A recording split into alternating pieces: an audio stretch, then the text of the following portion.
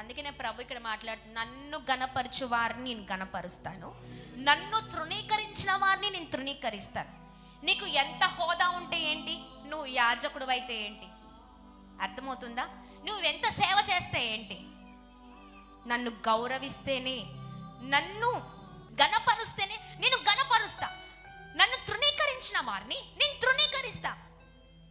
అది ఏ విషయంలోనైనా, ఆమేన్, అది ఏ విషయంలో అయినా, దేనిలో అయినా నన్ను ప్రేమిస్తున్నారని, గణపరుస్తున్నారని ఎలా తెలుస్తుందండి?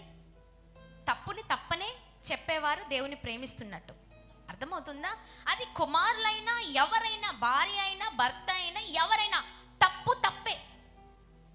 ఇక్కడ దేవుడు స్థానాన్ని చూడట్లేదు. గుర్తుపెట్టుకోండి, దేవుడు ఏం చేస్తున్నారు? ఆయన సేవ చేస్తున్నాడు. ఆయన సేవ చేసే స్థానాన్ని చూడట్లేదు, కానీ దేవుని యందు మనకి ఎంత భయం ఉందో అది ప్రభు చూస్తున్న దేవుడై ఉన్నారు. Praise the lord.